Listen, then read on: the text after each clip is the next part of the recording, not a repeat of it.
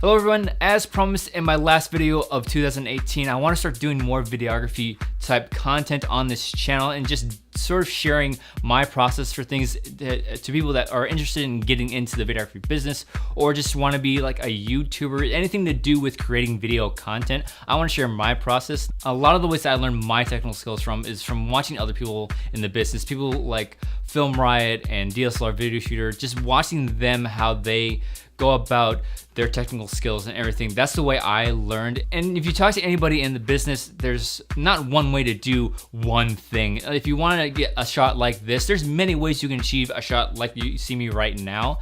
But I want to document my way of doing things just so you might be able to pick up on certain things that might work for you. So really quickly, let me switch lenses so you can see really what's going on in my setup, and I'm going to switch it out really quick. So this is the setup I use for pretty much all my videos I shoot in this space, my movie reviews, my Red 5 standing by videos, and ignoring this mess that's behind me. This is pretty much, I leave this up 100% of the time. And when I shoot the videos, I just come in, sit down and hit record on the camera, and it's basically just a 3-point lighting setup. It's been upgraded over the years and switched around, but the principles always remain the same. And if you're familiar with 3-point lighting, you pretty much get what I'm doing here. So I have a key, a fill that's off camera right now. You really can't see it. The lens isn't wide enough. I have a backlight, or a kicker as some people might call it, and then a light to sort of separate me from the background that's shooting off this blue color. And depending on the video, I'll switch out gels to create different looks for different videos. Basic setup, but then the color really distinguishes what type of video you're watching. So for the key light that's off to my left right here, I just stared right into it. It's the Falcon Eyes RX12 LED flex light with a softbox and grid on it. Now I use a softbox to soften the light up, obviously, and have a more pleasing shadow on my face. If you watch DSLR Video Shooter, I got a lot of tips on moving the light closer to me to have a much larger light source. And I have a grid on there to prevent a spill onto the background. If I didn't have the grid on here, it would much wider cone of light. Really dig this light. I really recommend it. It's much more affordable than you would think for in the line of LED flex lights. For the fill, I used to have a collapsible bounce board that I would set up right here on this C stand that would bounce light off from the key and fill this side of my face. I switched from that because it didn't get quite as much exposure on this side of my face that I would like. And if you look back on my other videos, you can probably see it. If I'm looking at my monitor here, you would see it right here in the Star Wars poster behind me. And so I switched from that to this newer CN160 LED camera top light. This light was given to me by my brother for Christmas, and I've used it in several different ways. And I love these small little LED lights because you can mount them high and low. They can be battery powered. I have a power adapter on right now, so I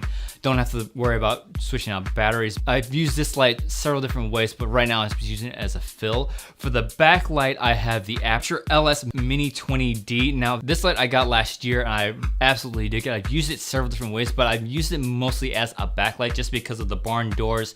Give you so much more flexibility to focus the light in on where you want it, because if it was just a normal LED like the one here, the newer, it would spill all over it, and it wouldn't be as concentrated on this side of the back of my head like I wanted to. And I've used it also as a kicker to really focus in and use the barn doors to sort of highlight an object in the corporate videos that I do. Really, you can get away with just shooting a video like this, but to create a little bit more interest in the background and separate me from what I'm shooting in front of, I have the Yongnuo YN160. Now this light I got for cheap on eBay. This is one of the first lights I bought in my kit because I like LED lights, and as you can see, a lot of the lights I use in this setup are LED. The reason I like LEDs so much is that, one, very small power draw, so that saves on the bills, and two, they don't give off a whole lot of heat.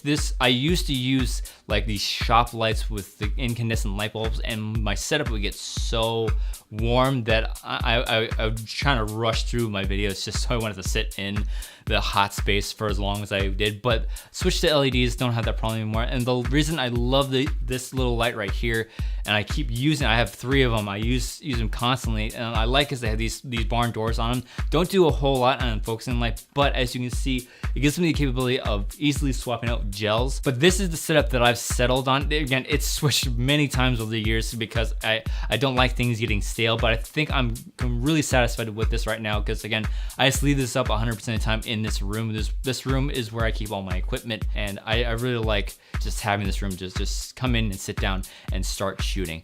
So that's my 3-point lighting setup for videos like this one. I just sit in front of the camera and talk. Let me know down in the comment section if you found this video helpful, or if you have any questions on any of the gear. I'll do my best to find where I got these lights from and put them in the description below. So if you enjoyed this video or found it helpful, be sure to like and share it, and stay up to date on all the videos going up on this channel. Give that subscribe button a click.